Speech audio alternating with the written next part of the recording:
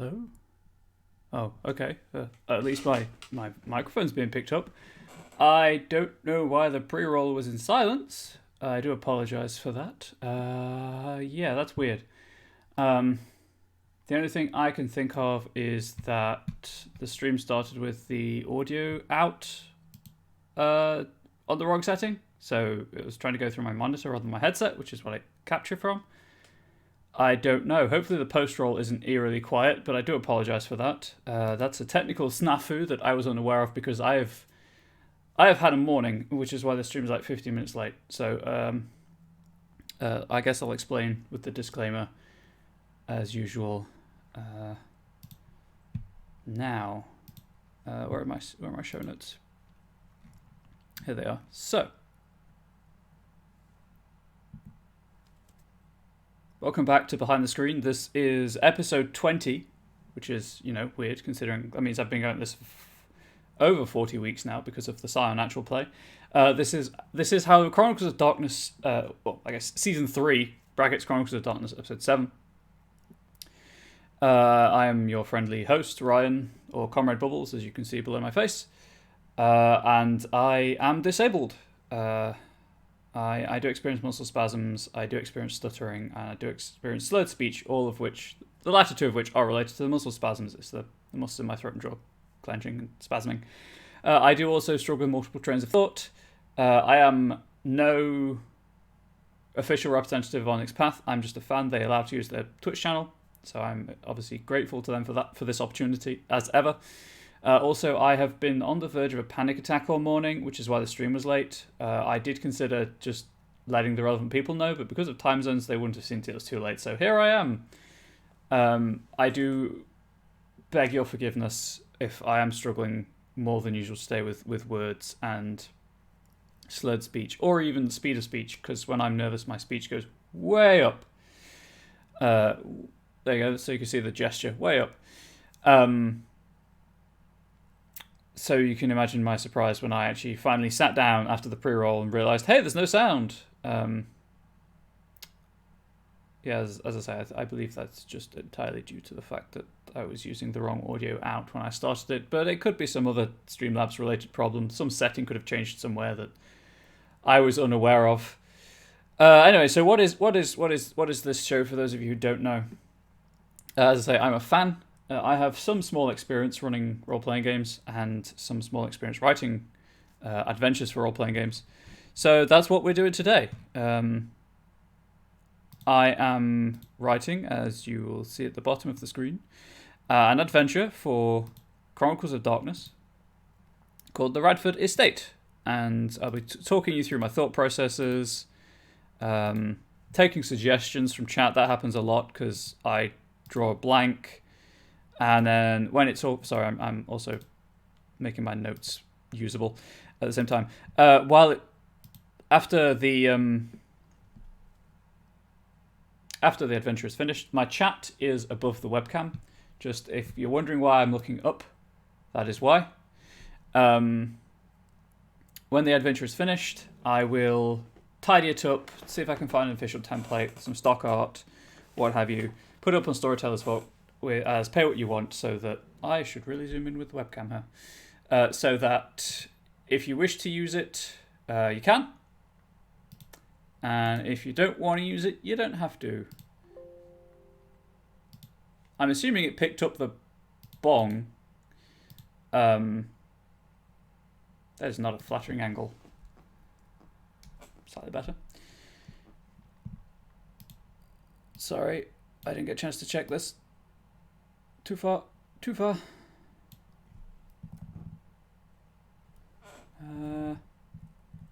That should be fine. There we go. I do talk with my hands a lot. I apologise if I'm kind of like gesturing and you can't see them. I'll try and keep my hand movements minimal. Get that dialogue out of the way. So, just put the chat window again. There we go. So, that's what the show is anyway. As I say, specifically Chronicles of Darkness. Last season was Scion. If you're interested in that, check that out. If you kind of want to see the previous episodes of this, they should all be up on YouTube. No, they won't be. Should be. They should be. I may have messed up. So there's a week's exclusivity with for Twitch subs for the video on demand, and sometimes I lose track of time, and they don't go up until like 2 weeks after I record them. So I apologize if you're interested and it's not up yet. I will check immediately after this, and well, not immediately after this, but I'll check this evening, and if it's not up, I will put it up. So specifically, the Radford Estate is an introductory adventure for Chronicles of Darkness. I have some small experience with introductory adventures. I run a lot of taster sessions. And generally, you should, if you're going for a single session game, you shouldn't have more than 3 scenes in mind. I have expanded upon this for the introductory adventures because they're probably not going to take a single session, but they've still got a core 3 beat structure. It keeps things simple, keeps things slow, and it allows you to introduce different mechanics at different times, rather than saying, here is a session, here are all the mechanics, go with it, which I have seen and experienced, and it's not user-friendly in the slightest. I realise I'm going through the recap without doing the rest of the disclaimer. Whoops, rewind that a little bit. No, I'll finish the recap. You can digest that, and then we'll go to the quick links. Generally a low-stakes scene allow players to engage with the basic dice rolling mechanics and kind of the core conceits of the game. There's no right way around I can hold my hand, because that way around is an insult in British culture, and this way around looks awkward. So I'll try to use these fingers. A low-stakes scene to encourage getting to grips with the basic dice rolling mechanic and the core conceits of the game and any kind of scene setting that you feel appropriate. A freedom sequence where the players are free to explore the world as they wish, follow leads, do whatever they want. And then some. My notes say action, but it's a horror game. A climax, a finale, something that the players will do, which gives them a positive memory of the event, which encourages them to come back for more punishment. Okay, so that's kind of the design philosophy here. Before I finish the actual recap of what's happened so far, what we've done so far in the adventure, I'm just going to take a quick moment to say, as ever, if you are not aware of the Monday meeting notes, click that link.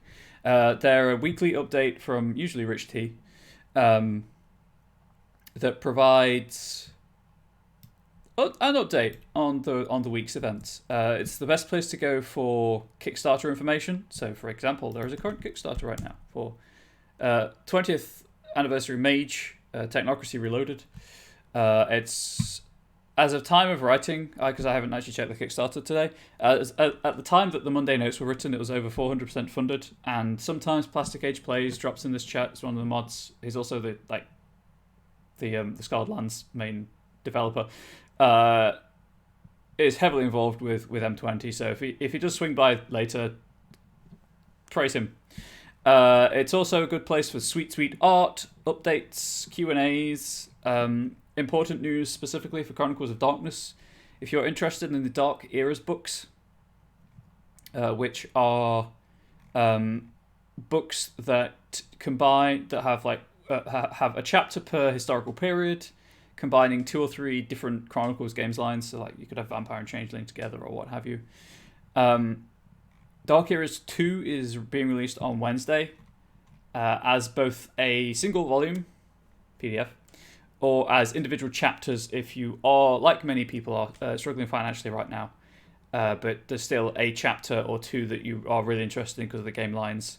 I backed Dark Eras 2 at Kickstarter. I highly recommend checking it out. It is a fantastic resource. I've only skimmed it, so please don't ask detailed questions, but it's definitely worth checking out when it goes live on drive-thru tomorrow. The Monday meeting notes are also a good place to have a look at the Twitch schedule if you don't have the time to swing by the Twitch channel. I have just noticed that this show is not in the text-based schedule, but is in the graphic schedule. Travis shakes fist angrily. And then it's also got kind of YouTube uploads, podcast links, and then right at the bottom, project updates, which is the most important thing for me right now. Those of you who were here last time, you might be for last season, or just like Sion in general, the companion is waiting for two tweet pieces, and that's it. It will be done. So that will be pretty hype. I'm so hyped for the Silent Companion. You don't know how excited I am for that. Anyway, so that's that really. A lot of things in that direction, which is always good. That's the Monday meeting notes. I'll share the link at the end of the stream as well, and again do a very rushed recap. There's also usually open development stuff going on.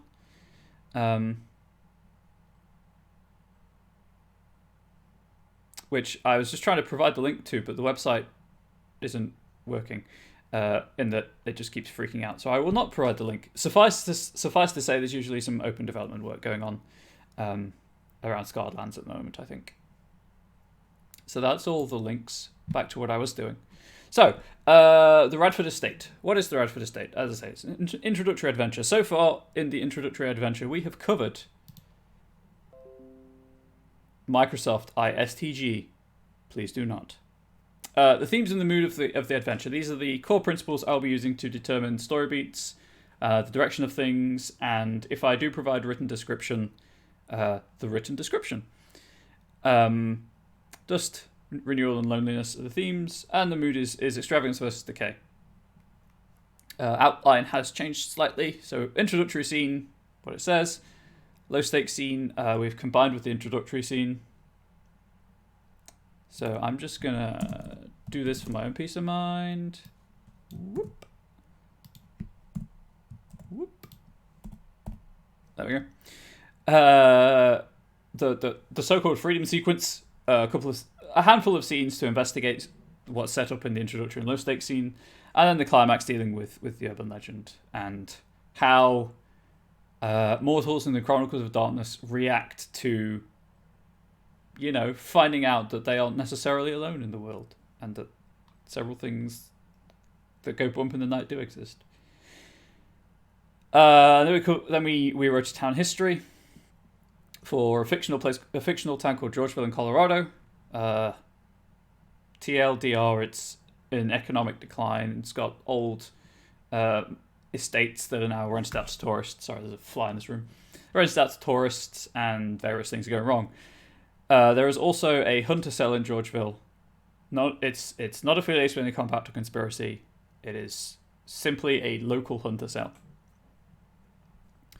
A handful of urban legends, which we can kind of use as foreshadowing to provide, let's say, some red herrings. And then eventually I do want to do some story aspirations, but I think I'd rather have the entire story written out first, so it's probably going to be the last thing we do, thinking about it. And then we've got the low stakes and introductory scene being one of the houses is on fire, and what happens if one of the players decides to investigate. We will be returning to this concept today. And what happens to the players that don't want to investigate? They'll overhear some clues. The people inside the house will experience some minor supernatural phenomena.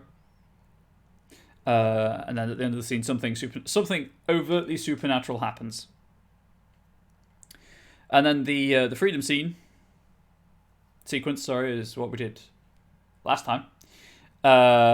Just expanding upon the clues. I went over the investigation system that Chronicles of Darkness has, and if you want to use it, I've provided the clues that the players will be able to use, whether incomplete, tainted, what have you. That Red Panda, what happens if no one chooses to investigate inside the hatchling fire? No players would not choose to run into a burning building. Well, that Red Panda, that is a good question. So, what a couple of the pre-generated characters, which we've already done, could conceivably be like volunteer fire department. I think I included a thing.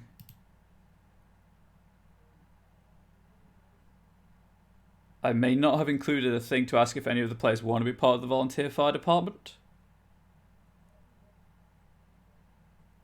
I did not, so I will add that right now. Sorry, I will get back to a question once I've amended this slightly. I mean, it's a bit further down, but I want to draw explicit attention to the fact it is worth asking if any of the PCs would be members of the Volunteer fire department. So anything you see with the two asterisks are like box text for design notes or storyteller prompts. So that red panda, it's a cool name by the way. If no one chooses to investigate inside the house in this scene, you skip all the way down to outside the building, and there are a couple of things they might overhear to provide clues.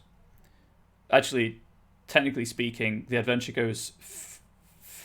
It's better if no one. It's one of those things where if no one is outside the building, they might miss out on some clues. So ideally, a split or everyone outside is the best way of doing it. But there are 1, 2, 3. There are 5 clues. There are 5 things they might overhear from people in the town, kind of just watching the house on fire. And then when they leave, there is a supernatural effect that will happen. Where is it? Player characters hear a voice screaming their name from a ground floor window, which gives them a condition to introduce conditions. And they have good odds of seeing the other player characters in the crowd reacting. So even if they don't necessarily know each other, they at least know that, hey, something weird is happening. That person's in on it. Maybe I should talk to them about it. Largely, in my experience, no one. It's rare for a player party to assume their player characters don't know each other. And if you go through a session 0, or just have any discussion about how the pre-gens would know each other, obviously you'll have pre-existing relationships, but this is just here to be like, hey, you maybe should team up with these people to investigate. That being said, it's entirely possible that even if they don't talk to each other then, they'll bump into each other during the investigation, because as the storyteller, you're in charge of who gets to which location when. I also do point out that it's worth suggesting a short scene where the PCs get to know each other at the start of this sequence. If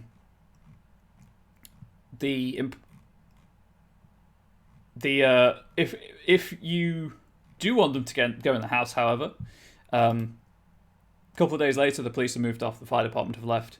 They can now enter the house, not technically legally, but if they want to sneak in, they can sneak in, basically. And we're going to have some slightly more supernatural effects there. So, I hope that answered your question in a very long-winded and roundabout fashion, which is what I do a lot, I've noticed. I start a sentence, I start speaking, I hope I'm going to hit something useful about the midway point, and then I never know how to stop. I'm a very nervous person, and I do apologise. I get performance anxiety when GMing, and I've been GMing for like 8 years. Professionally for 2. So it's a bit awkward, and I do apologise that I ramble a lot, but hopefully it at least answers your question. I'm happy for people to call me to task about it. Bring me to task about it, though? Call me to task? One of the two.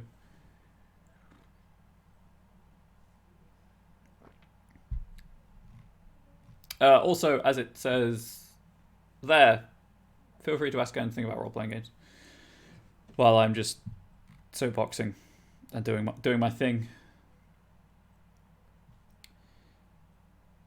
Let's get back to where I was. Right, Radford House ruins. Why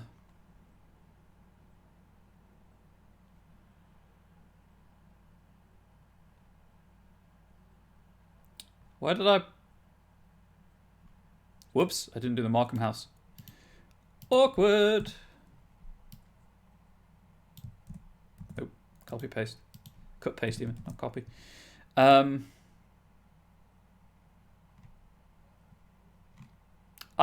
honestly thought I'd done the Markham House. Oh, that's awkward.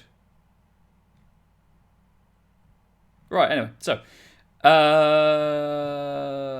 amend that later.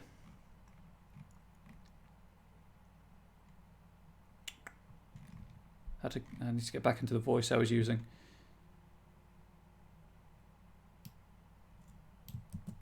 There we go. PCs can investigate this in as many ways as players can think of. Should they visit the library, the teacher Swinson is happy to help them.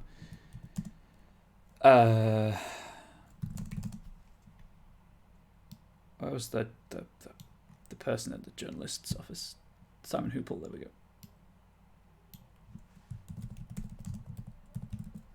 As is Simon Hoople in the manner described above.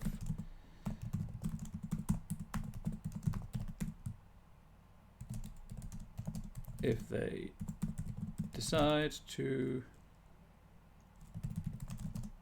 what did I call the newspaper? Can anyone remember? Georgeville Tribune.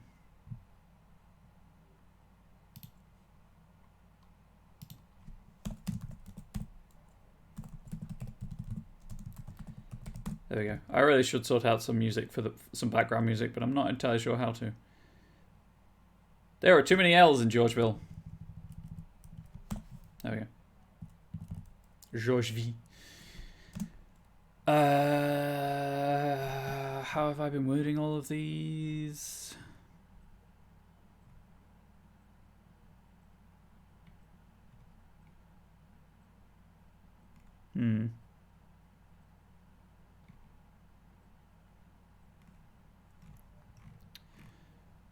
Kind of wondering if I scared that red panda off.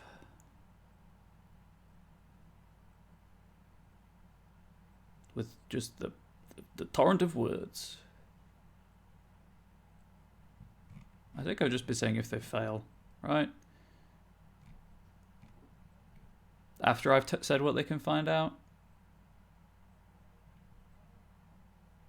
Yeah. Nice to hear. Oh, good. Good. I was worried that I have social anxiety. Sorry about that. It's been a terrible day for my mental health. But transparency is important and visibility is important.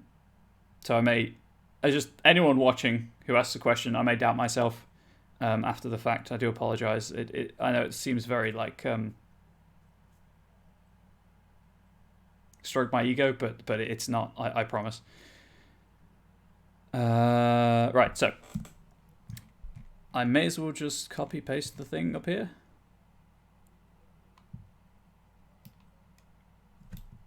And then edit that, just so I don't have to type it all out again. On top of formatting being important when writing any kind of adventure, don't reinvent the wheel. If you've got a block of text that is vaguely similar or is formatted similarly to what you want, just copy paste it and edit it. So obviously all of this is different, but I still need the regardless of how they investigate. I need the clue heading, and I need if the investigation roll fails.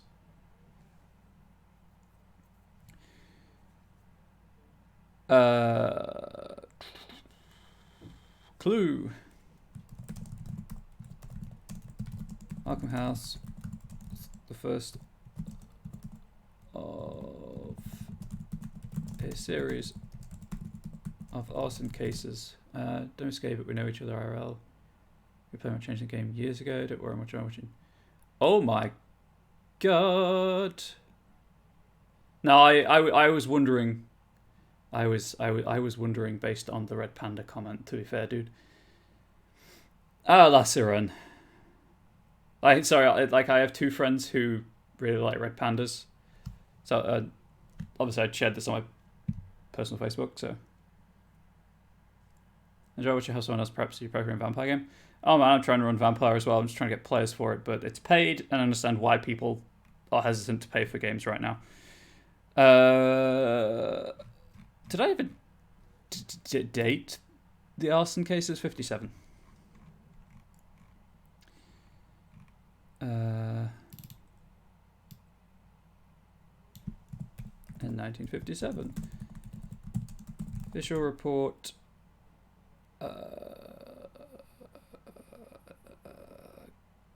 At least you've told me now. I streamed on Saturday on my own channel, and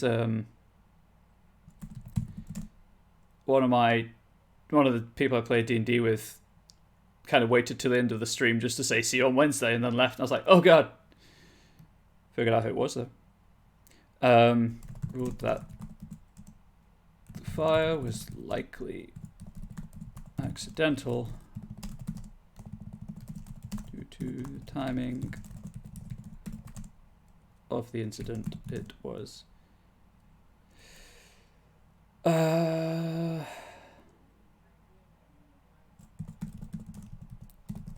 deemed by many people to be the first, to be the work of an arsonist. There we go. Requiem or Masquerade, by the way. There's no wrong answer. I'm a huge fan of both. There we go.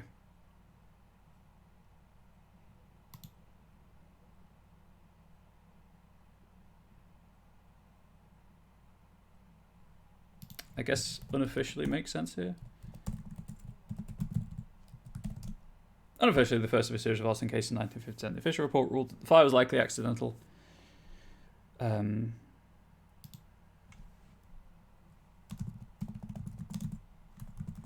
started in the kitchens. But due to the timing of the incident, it's deemed by many people to be the work of an arsonist. If the investigation role fails, the clue is tainted as the PCs, let's say, discover too much anecdotal information in the form of gossip columns and reader letters.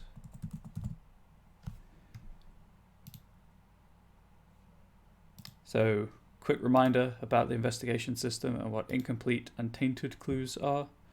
I will find it explicitly so that I don't misspeak. Or clue tags. Hello. There we go. An incomplete clue may only be used to add dice to other rolls to uncover clues.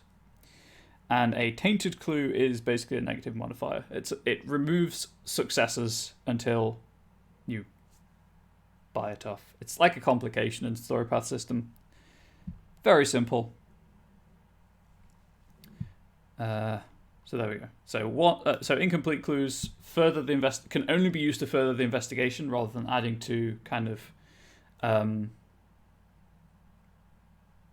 background information, research, that kind of thing. And tainted clues hinder the investigation until they are used up.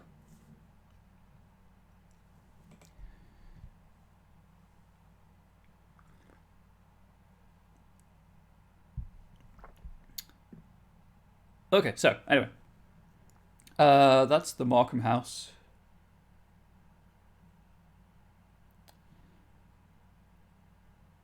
I guess I should further build upon this anyway.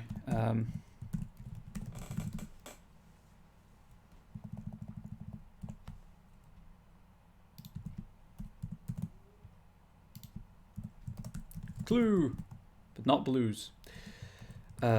Simon Wells did, in fact, design the Markham house as well. He was a close friend of the Radfords and travelled many upper class circles. Missing shortly before the Markham house went burned down and has never been seen again. And has not been seen since, even better. Has not been since. There we go. That's the tried and true behind the screen mess up.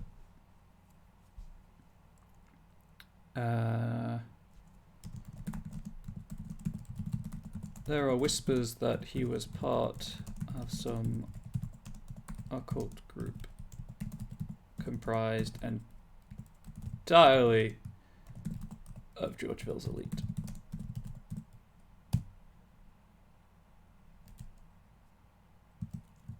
If the investigation roll fails,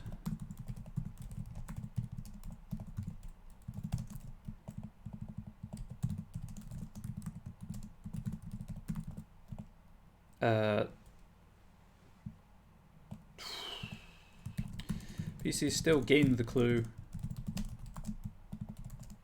but are not aware of the last sentence.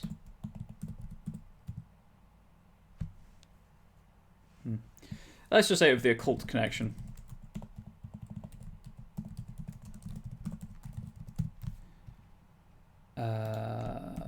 Brackets, if this is investigated, there is an almost conspicuous absence of information.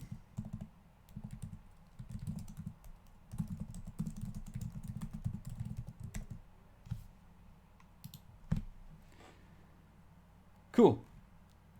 And now, right, just need to...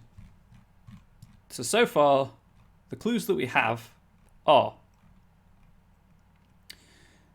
house fires in the wealthy families following one of the worst recorded winters in decades. Police thought it was a group of people. We also have a couple of urban legends. Amos Radford lives in a basement hidden beneath the building on the estate. He leaves once a month under the new moon to steal food, the blood of sleeping virgins, and other items. The reflecting pool allows for premonitions and clairvoyance, and that the tree in the garden bleeds. We also have that the Radford house has links to the black market and has many secret rooms. The reflecting pool was the site of a lynching. No one ever found the body, only the noose. And after a series of disappearances in the late 50s, a body was discovered stuffed into a hollow in the trunk of the oak. So there's some ghostly things happening there. Laser Kid, local death metal band, because the name was so great. They found cold spots, strange symbols that disappeared, and a gnawing hunger whilst in the house, which, reminder, has burned down.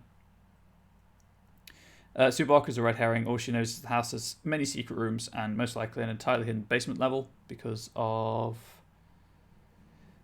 a concerted effort to remove all traces of its planning and history.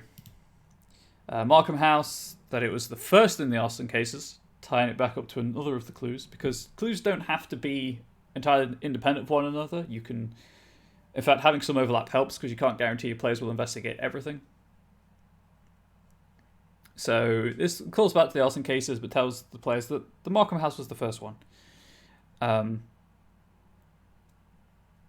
obviously, if any of these investigation rolls fail and say they discover too much, feel free to ad-lib, and anyone running this adventure anyway should feel free to ad-lib any additional distracting information. And much as with Scion, with the Scion adventure I wrote, although I haven't yet updated it to include such, I will include a link to these behind the screen episodes because they'll go up in a playlist on my YouTube channel. In like the special thanks section of the document, so it's on the first page after the title, after the title page, front cover. There we go. So it's on the title page, so that people can watch the thought processes and additional design notes and things. Anyway, so yeah, tying it back to the arson clue with a bit more information. The Markham House was believed to be by many people to be the first of the arson cases in '57. The official report says accident, but who knows? And also that they shared an architect who was a close friend of the Radfords and occult links. Clue should be capitalized just to make the players be like, but we failed the roll and we still got the clue. Seed some suspicion and distrust.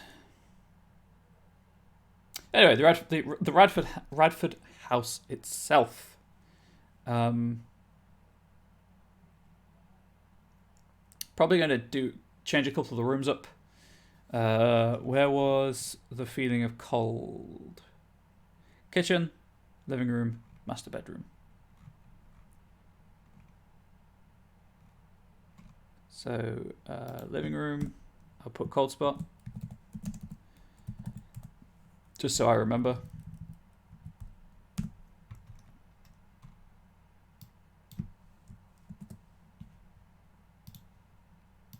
And cold spot in the kitchen.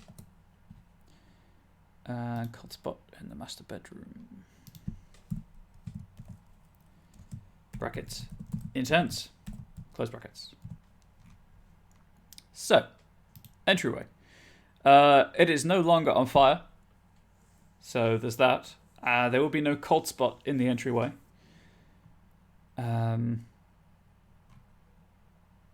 Actually, NPCs need to come to the property.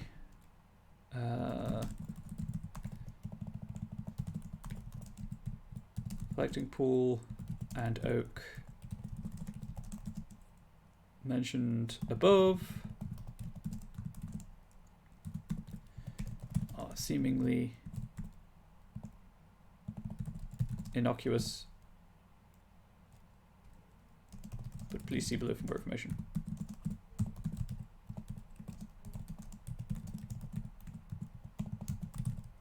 Nope. Type better, you fool. Please see below for more information.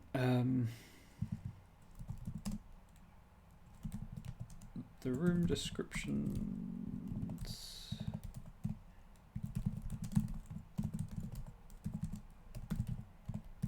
Below are merely what? Are merely advisory. Feel free to mix them up. Substitute your own minor supernatural effects.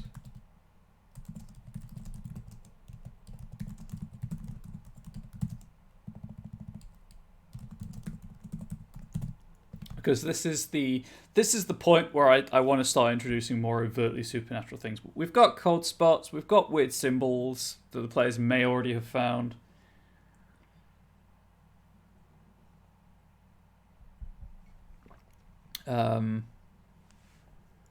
We've got phantom meals going on.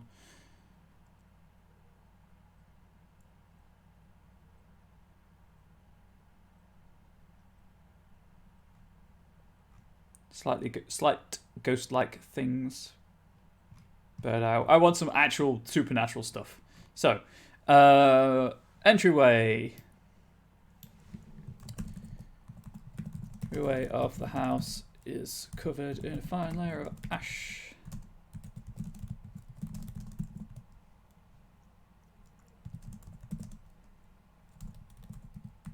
Footprints of...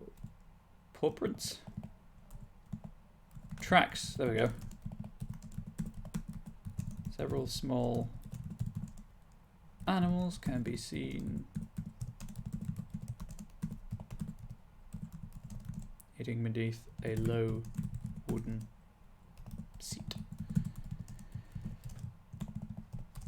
Any PC looking under the seat finds a pile, small pile, of bones.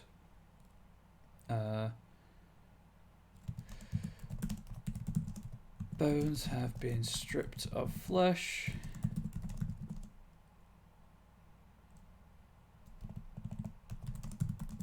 But are piled? Stacked?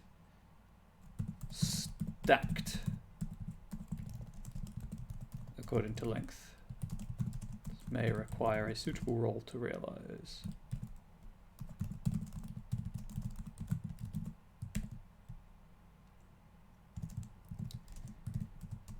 Any PC who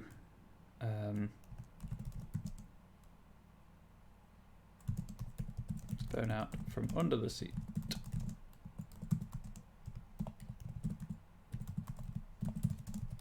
immediately notices the small angular shapes carved into it. Oops. Shapes are too small to identify with the naked eye.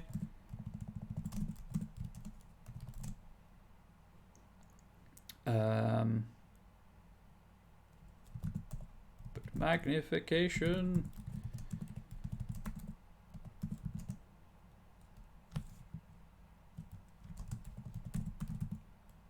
Microscope, macro lens, etc. Will reveal repeated Let's say we'll reveal a repeated pattern of triangle. Let's just say a symmetrical repeated pattern.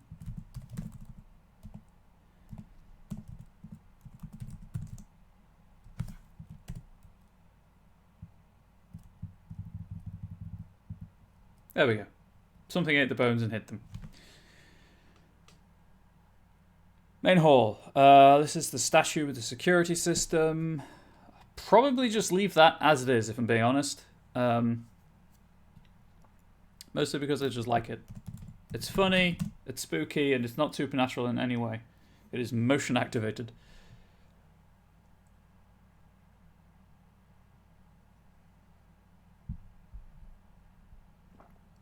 The living room. Probably leave that as it is, but there is a cold spot in here, so...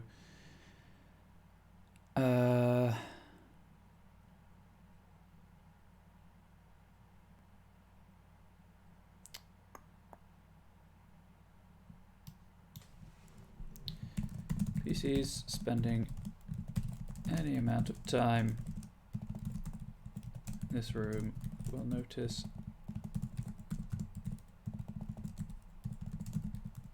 a cold spot, a drop in the air temperature,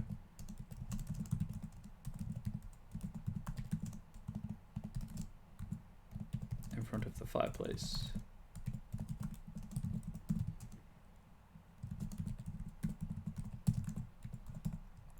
Successful wits plus composure. Yeah, basic perception roll. Or I might replace that all with just a slash. So it's like wits plus composure, alternatively wits plus this. Where's the freaking character sheet? Pretty sure investigation's a skill, but just want to check. It is, yes, good. Slash investigation.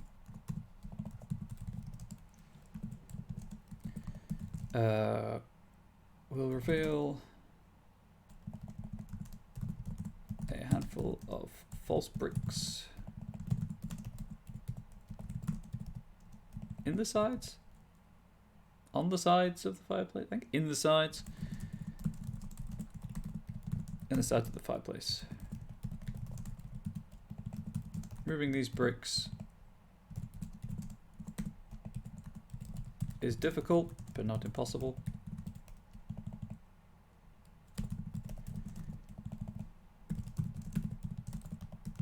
And we'll reveal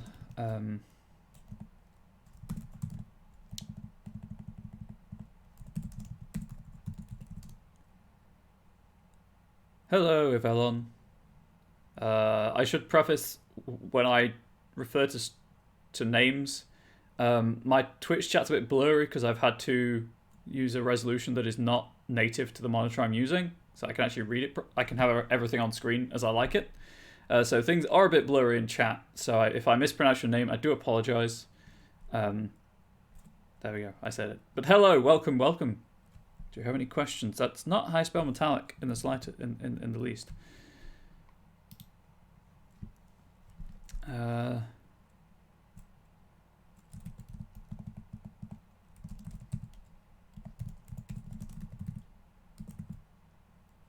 Reveal two metallic cup-like shapes. Probably means Tolkien Elvish. Nobody knows how to pronounce it. Well, a lot of people know how to pronounce Tolkien Elvish. I'm not one of them. I tried to learn Irish Gaelic. Never mind a fancy, a quote-unquote fancy language. Although the man put a lot of time and effort into his languages. I mean, to be fair, he wrote a book just so he had a use for the languages. So there we go.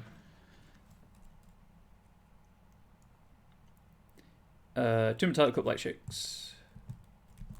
It is left to your discretion if any of PCs recognize these.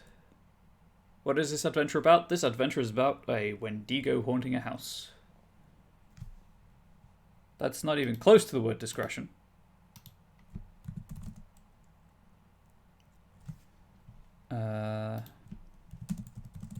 of which has a small... How to word this? Hole, threaded hole, aperture. Let's just say one of which has a small wheel on the side. There we go. It is left to your discretion if any of the PCs recognize these as mounts for a spit.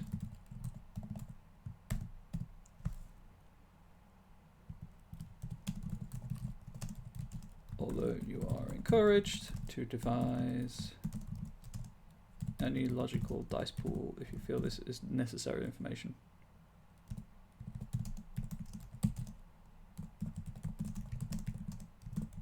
Oh, you?